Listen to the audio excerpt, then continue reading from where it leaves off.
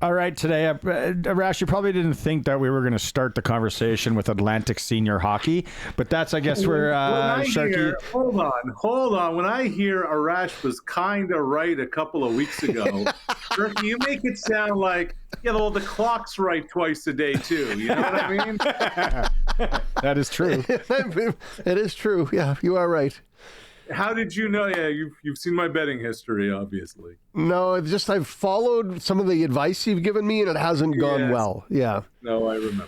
Isn't that the worst? As like somebody who's got to give predictions, and then they're like, "Well, you were wrong." It's like no one ever said it was gonna be right all the time. And if I was, I tell you this much, I wouldn't be here right now. If I knew exactly how every game was going to go down, I'd be about 20 hours south and probably in Henderson right now, wrapping up the back nine. Not a bad place to be. Beausejour Senior Hockey. Senior hockey you got? The Beausejour Senior Hockey League, the Dalhousie Marauders are playing the Elispogtog Hawks. That's a tough name. This might be is this the Quebec League? It's spelled ELSIPOGTOG. And they're favored. I have no idea what that is. All That's right, above my big weight. Yeah. But anyway, did you put any NFL bets? Okay. Yeah. Well, no, I haven't. I'm waiting for this. This is where, let me just pull up the lines here, and we'll start our conversation here. Okay, so cool bet. Chargers minus 154 taking on the Texans. Are we all in agreement we like the Chargers there? Yes. My only pause is their week has been turned upside down with all the fires and everything. Have they really practiced? Have they, have players had to be displaced, all that kind of stuff. From a football standpoint, the Texans just feel like they're in a free fall right now. So you haven't heard, I was wondering if you caught wind, no pun intended there at all, but did the Chargers are they practicing in Arizona or somewhere? Like they're still, because they're in LA. There was a photo from their practice facility today of them out having a workout, and like the sky looks like the end of the earth. So we get that. The question really is about the Rams-Vikes game on Monday. Will they move that to Arizona or not? Is that what you're hearing? Yeah. That's contingency. Yeah. That's what they've got in place. A direct flight, boys. That's a direct. There's going to be seats available. That's a director out of old Regina here. Sports Cage Live from Glendale. It's in the budget. You could find a tavern somewhere. It's in the budget. Let's think about that. I know a few taverns around the Glendale State Farm Stadium that I may have attended once or twice along the way. Well, heck, we can go to Scottsdale and just Uber down the 101 and then to the 10. Hey, 303. This freeway system's awesome in Phoenix. Pittsburgh, Baltimore. Talked to Coach Mace in hour one. It's one of those like Saskatchewan versus Winnipeg thing where you're playing them again. You get to see them again. But speaking of free falls, Pittsburgh's a totally different team than 6 weeks ago. Oh, yeah. I mean, just think about where they were 4 weeks ago with the Steelers up 2 games on Baltimore, and the Ravens were something like 22%. They had a 22% shot to win the division. The Ravens then go run the table, win all 4, and the Steelers just fall off the cliff. And I would just say this, like if Zay Flowers is not playing on Saturday night, which is a massive loss for the Ravens. But the line hasn't moved. That's what's weird. Well, I think it was priced in. I think because of the way he went down and because there was doubt from the beginning. Okay. I would just say that to me, and I think we talked about this the other day, if Flowers was 100%, Baltimore would have been my future without a doubt. Plus 700. I just wonder if he's back. I wonder if he's back this month. If they get to the divisional from the AFC title game. That didn't look too good. No. I have no idea where to go on the Tampa Bay Washington game. Can you help me out there at all? I can't. Tampa Bay's dealing with a litany of injuries. Washington's got itself a rookie quarterback. I'm not quite sure how well the Commanders are against the run, and Baker Mayfield might be the best running weapon that Tampa Bay has. I honestly think that's a coin flip. Like, if you're getting points, don't you have to take them? Wow, this is hopeful. Okay. Yeah. Well, no, it's like the Buccaneers. The Buccaneers -3, and I feel like I buy into that. Baker Mayfield is such a gamer, and he's that guy that you want on your team. But then I remember the one game that I watched 3 weeks ago of Washington, and I was like, "Oh crap, these guys are good. He can play. These guys are all right on both sides of the ball." So here's Sharky. Take this with a grain of salt. The I do. parlay I like, and it's just a money line parlay because it'll actually get you plus money. Like, I think the Ravens will win. I think Buffalo is going to win. And I think Philadelphia is going to win. 3 home teams, 3 division champions. Philadelphia might be the best team in the NFC, Detroit included. The Steelers are in a free fall. Denver's got a rookie quarterback, et cetera, et cetera. You money line those, you're going to get plus money. I like the Chargers, but there's just no need to muddy the waters. Those, if you can make that happen, to me, that might be the value play of the weekend. I think you add the Chargers in there, and the only reason why is because I am awful at 4-game parlays. I always do something stupid on that last one, and that's Arash is talking sense against Osejour or whatever. somewhere on the border. If I knew what planet that game was on, maybe Ipscapigadog or whatever. If it was a long lake hockey, they have some long lake stuff and some Big Six, but it's not for tonight. Okay, Green Bay, Philly. You like Philly there? I would like to. I got a lot of friends that are Packer fans. I'd like to see the Pack kind of figure out somehow to upset there. And Philly fans, if you've ever been to a game in Philly, or if you've ever been around Philadelphia Eagle fans, like the actual hardcore ones from like Cheltenham and Cherry Hill, like anywhere, they are berserk, very rude. Well, I mean, just a few days ago, the Leafs were in Philadelphia. There were 2 people standing there by the glass wearing Leafs gear, and some guy from Philly walked down 6 rows and just knocked one of them out, just standing there. See, I heard the city of brotherly love. I heard the Canadian guys actually took it pretty good and didn't go down. I don't know. One of my line mates a long time ago was from Philadelphia. He's a super tough kid. So I'm not going to go, we're tough. Anyway, but yeah. Okay, so the Minnesota, we got to go down this. Minnesota, Los Angeles. Now let's say they move that game to Glendale. Does that change? Do we like the Vikings more? I know you like the Vikings, but with your head here, does that makes it obviously tougher for the Rams? Well, I think what it does is it completely gives the Vikings the advantage that they don't need to do the silent count. They don't need to have, their communication becomes a lot easier on the offensive side of the ball. Darnold was scattered on Sunday night. It was so loud in Detroit. All that's out the window. And I think just from a football standpoint, because you're not dealing, and it's not like LA is crazy, but just it can make enough of an impact there. I just think that helps Sam just get a lot more relaxed in the pocket. And I think that's where that makes a difference. How long does the NFL wait till they make that call? Like, it's Thursday now. Yeah, with a Monday game, I would suspect, Sharky, that by tomorrow at this time, I would be shocked if they played in LA. I would be stunned. Yeah. Inglewood, where the stadium is, the air quality is very bad right now. The warning or whatever. By the way, those watching on the stream, this is the scene at practice for the Chargers. You got an offensive lineman out there with a mask on. That looks like it's unfortunate, but northern Saskatchewan, like when the fires roll, or like this past year when they were in Alberta and they come this way, that's, if you're not watching the stream, that's what it looks like. That orange sky that just looks ominous. Yeah. So anyway, I can get into all the reasons why I don't think they're going to play in LA, but I'm pretty certain they're going to go to Arizona. And I would think that they tell the teams logistically, be ready. But at some point, like, they want to sell some tickets in Arizona too, right? So you want to let people know, hey, this is going to be happening. So I would suspect at the latest this time tomorrow. Strictly cash deals, just like senior hockey games. It is. Just bring $20 and you're in. Just guys standing there with a big bag, a boot.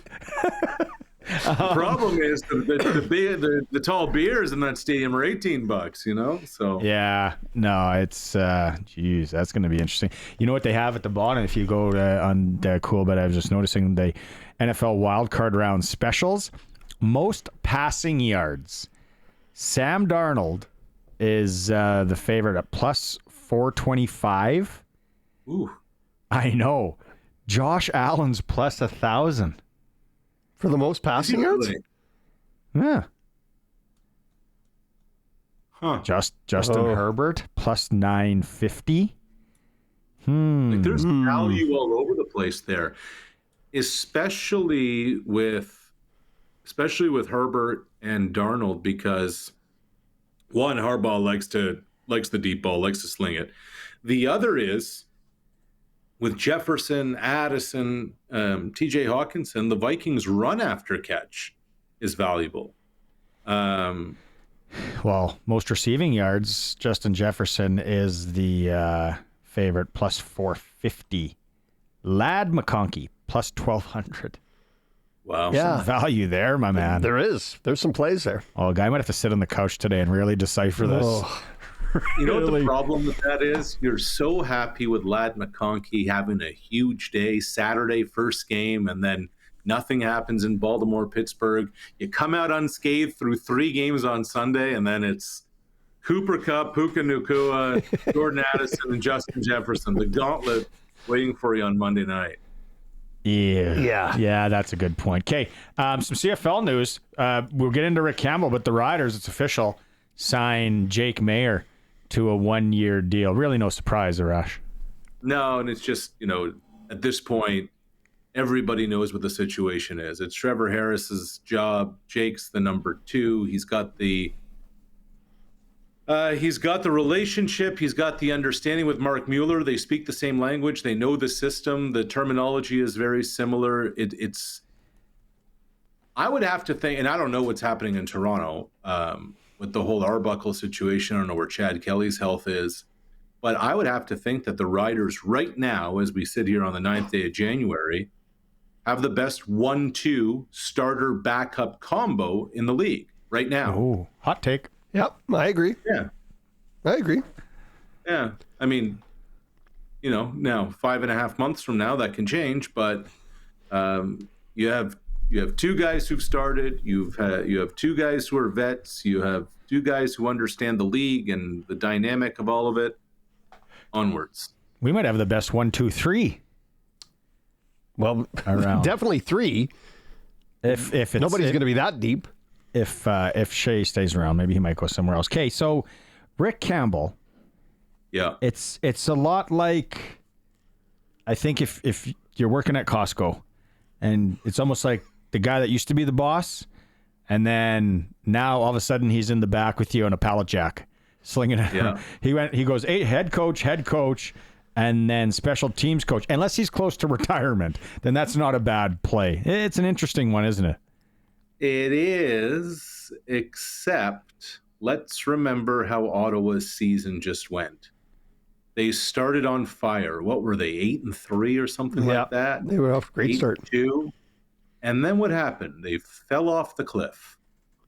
And look, you never know how these things are going to go. Do you believe Drew Brown is the guy at quarterback?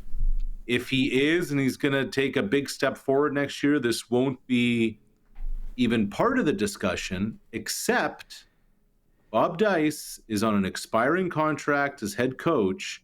If things go sideways in the first half of the season, is Rick Campbell, head coach in waiting, interim guy who's been there before, literally in that seat, and has done the job before? I think Bob and Rick, they basically flipped jobs. Dice was the special teams coach when Campbell was the head coach in Ottawa. They won a Grey Cup together. That's not why Bobby hired him. But if things don't go well the first third to half of the season in Ottawa, did Bob Dice just hire his replacement? That's what I want. That's the first thing that came to my mind when I saw that press release today. Yeah. He hired somebody he can work with, obviously, that he's comfortable with and he's 100%. comfortable having on his staff. There's no doubt about that. But it does give the ownership group something to look around and go, this guy's not working. That guy did before. Let's switch roles. And look, we're still a month or so, Sharky, away from free agency, so we'll see what their roster actually looks like. But the roster that the Red Blacks had at the end of the season was nowhere near good enough. So they need to upgrade significantly to give the team a chance, give their head coach a chance, and do something more than get our road playoff game and get run out of the gym by the Argos. So it's funny with kids, young kids. You go to hockey tournaments once in a while, and we went to one this and it was actually serious. So it's like Bantam AA. Went to Winnipeg. Team backed out last minute, so they had to rejig the schedule. Went all to this. I don't expect this from the Canadian Football League though. Like, what the hell is going on? Can you please give us a schedule? And then Justin Dunk has 3 Down Nation that, what is it, in the coming weeks? Well, no, shh. But weeks is plural. Yeah. Like, not the coming hours, Yeah. not the Yeah. coming days, weeks. So I'm one of those people who saves all emails. Keep receipts guy. I'm a hoarder of my inbox. So I went back. So we're going into the 2025 season. Going into the 2023 season, December 13th is when the league announced the schedule. Yep. So it's at least a full month afterwards. And that, like 2022, they're coming off COVID and blah, blah, blah, and they were still able to get it done. This is the problem, guys. This is among the many problems. When you effectively don't have a commissioner, when you effectively don't have anybody in charge, when you effectively can't have somebody who's saying, this is how it's going to go. Everything just kind of flapping in the wind. Everybody seems to believe there are some teams who are unhappy with their schedule, et cetera, et cetera. But it's just another in the long line of we can't get a stats program together, like his Genius Sports, and like all of it, like a basic schedule. When you can't get a schedule out, what does that say about everything else? You know what's funny? And there's only 9 teams. It's not like we're talking Major League Baseball. Maybe there's a 10th coming. Yeah. Yeah, we know that. But it's 9 teams in 9 stadiums. And of those 9 stadiums, only one has an extra occupant, that'd be in Toronto. No, there's 2 now, isn't there? There's soccer teams. Where's Vancouver play? They play in BC Place? I thought there's 2 that the Whitecaps. Yeah, the Whitecaps play BC Okay, Place. so two. 2. I don't think that's that hard to work around. Well, why don't you take the job then? Nobody's asked. No, Sitting right here. Call me. think the thing that I hope is it comes out. Why? Who was that guy that you never want to ask on a trip again? That had to disrupt the schedule, and he's like, "No, I got it." If I got one of my buddies listening right now, he's like, "That's you." I did that once, but no, it's like, who disrupted everything? Yeah, it's a very good question. You know what? I would suspect that answer is not just one person. Probably the same people who got the commissioner ousted have something to do with this. I'm just speculating. I like it. Keep going. Keep speculating. It's a good rabbit hole you're headed down. We're listening. Yeah. Right. We're ready. Who shot Kennedy? Right. Guy on the grassy knoll. Yeah, no, it's odd, and we've had a bunch of people message in, and if you go to our socials on the sports cage, people are chiming in. It's like, yeah, it's all around weird. So what does the weekend hold for you? Like, do you try and puddle jump your way to Glendale at some point? I made that mistake last week. I mean, what nerve I had thinking my football team was any good and I should go watch them in Detroit. So the dent that is already in this couch is going to get a little deeper this weekend, but I'm looking forward to it. your neighbors. What's he yelling? Run the ball. Run the ball. Go to the mall. Well, yeah, exactly. Someone What fall? a novel concept that would be inside the tent. You know what, Sharky? By halftime, I might just do that. I might just turn the television off and just Go to the mall. Yeah, exactly. Right on. Grab an Orange Julius and some Edo. Call it a day. Some Lucky Lager. You're going to need some I may have Lucky. to spike the Orange Julius if I'm going to the mall at halftime of the Vikings game. Awesome. Hey, well, good luck. Very curious how it plays out. I'm sure we'll be texting back and forth at some point. Let me know if you see any good value out there bets-wise that I've missed. And I'll pass it on to Sharky as well. Thank you. All right.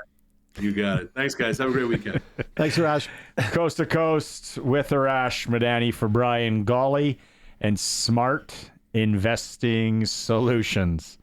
So much to unpack so far in this show. We're at a half. We didn't even cover the questions that we were done. supposed to talk about. Yeah, we did.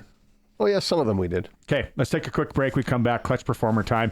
It's the Sports Cage. Watching the stream, thank you very much. Hit the subscribe button. Sportscage.com through YouTube. And if you're joining us on the radio, thank you very much as well on 620 CKRM.